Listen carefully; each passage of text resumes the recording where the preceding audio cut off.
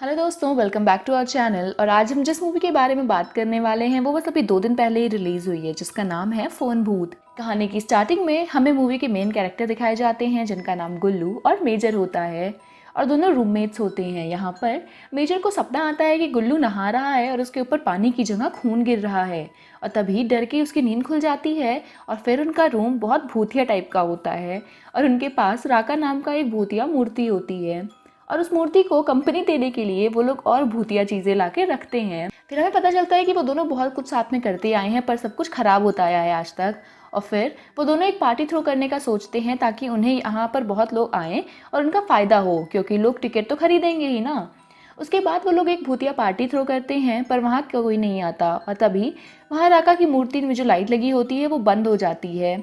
और जब उसे मेजर चेक करने जाता है तो उन दोनों को शॉक लगता है और वो बेहोश हो जाते हैं। और जब उन्हें होश आता है तो वो देखते हैं वहाँ पार्टी चल रही है और हमें वहाँ रागिनी दिखाई जाती है और इन्हें पता चलता है कि ये सब भूत हैं। और पता चलता है कि शॉक की वजह से इनके पास पावर आ और ये भूत देख सकते हैं और यहाँ भूतों की पार्टी चल रही है। इसके बाद इन दोनों के पास पुलिस आती है क्योंकि उन लोगों ने पब्लिक प्लेस में पार्टी रखी थी और इनका बहुत लॉस हो जाता है क्योंकि पार्टी में सब भूत ही थे तो किसी ने टिकट तो लिया ही नहीं।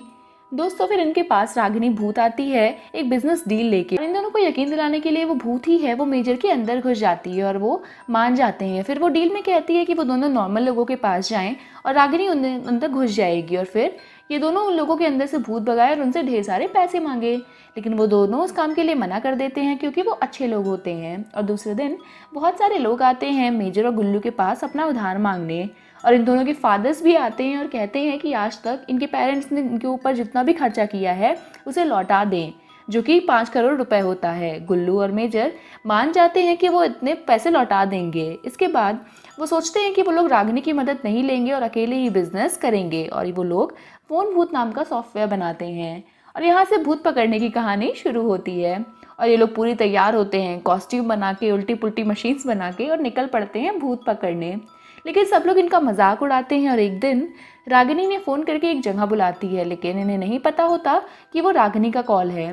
और जब वो उस जगह पहुंचते हैं तो वो देखते हैं एक बड़ा सा घर होता है जहां एक बड़े बाप की बेटी पर भूत आता है और ये लोग कुछ छोटे मोटे जंतर मंतर जैसे शेविंग क्रीम से लाइन खींचना जिसके अंदर कोई ना आ पाए और ये लोग उस लड़की के अंदर से भूत भगाने की कोशिश करते हैं। तो वो लड़की के अंदर का भूत तमिल में कुछ बोलता है और गुल्लू तमिल जानता था तो उसे रजनीकांत की फ़ोटो दिखा के शांत करता है।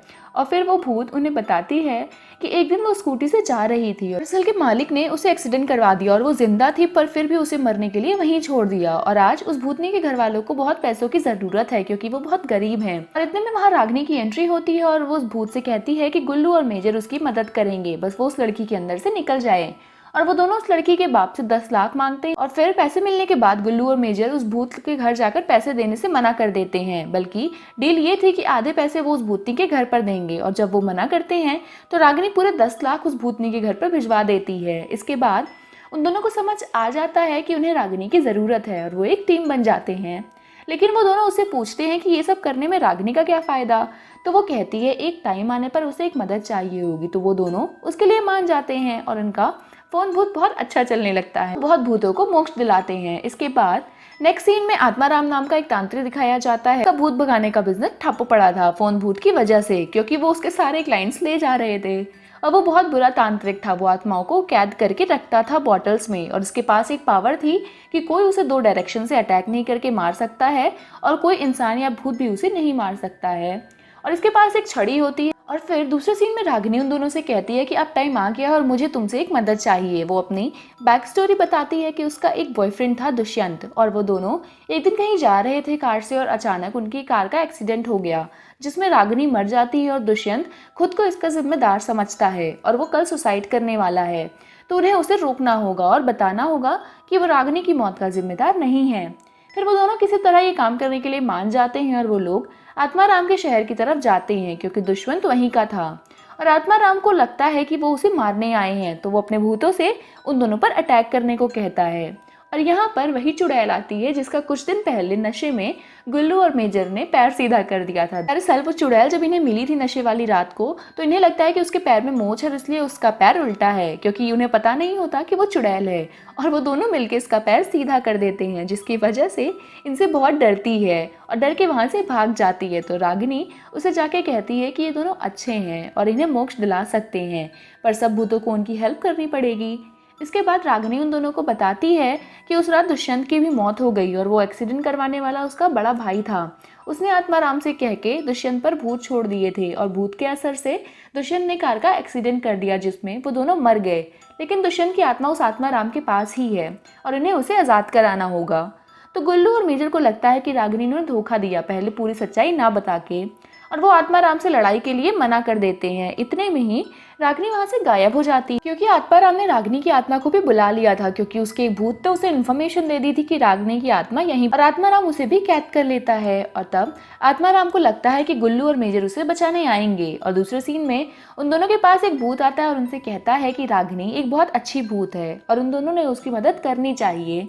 ये सुनकर गुल्लू और मेजर रागिनी को बचाने जाते हैं और वहां पहुंचकर वो आत्माराम से लड़ाई करते हैं, लेकिन हारने लगते हैं। और तभी मेजर अपने भूत दोस्त राका को बुलाता है और वो यहाँ आकर उन सब भूतों से लड़ता है और रागिनी भी आज़ाद हो जाती है। और लड़ाई में किसी तरह रागिनी को दुष्यंत की बोतल मिल जाती है और गुल्लू के पास आत्माराम की स्टिक आ जाती है, पर वो उसे चलाना नहीं जानता था।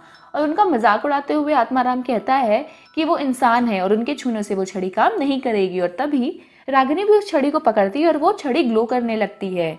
और तभी वहाँ उनकी मदद करने सभी भूत आ जाते हैं जिनकी गुल्लू और मेजर ने पहले मदद की थी। और वो छड़ी से एक पावर निकलती है और आत्माराम यहीं पर मर जाता है और सभी आत्माएं आज़ाद हो जाती हैं और रागिनी वहाँ से चली जाती है। उसकी जगह राका आ चुका था और मूवी के लास्ट में जॉनी दुश्मन नाम का एक नया भूत दिखाया जाता है जो आत्माराम के लिए ही काम करता था। और इन सब लड़ाई का उसे पता नहीं था, क्योंकि वो वर्ल्ड टूर पर गया था और भूतों से कांटेक्ट करने के लिए और बिजनेस बढ़ाने के लिए। और अब वो गुल्लू और मेजर से बदला लेगा। और इसी के साथ ये मूवी यहीं पर एंड हो जाती है। दोस्तों, आपको ये मूवी कैसी लगी हमें कमेंट करके ज़रूर बताना, और अगर आपको मूवी से जुड़े अपडेट्स और मूवीज़ का एक्सप्लेनेशन देखना हो तो हमें सब्सक्राइब करिए। Thank you.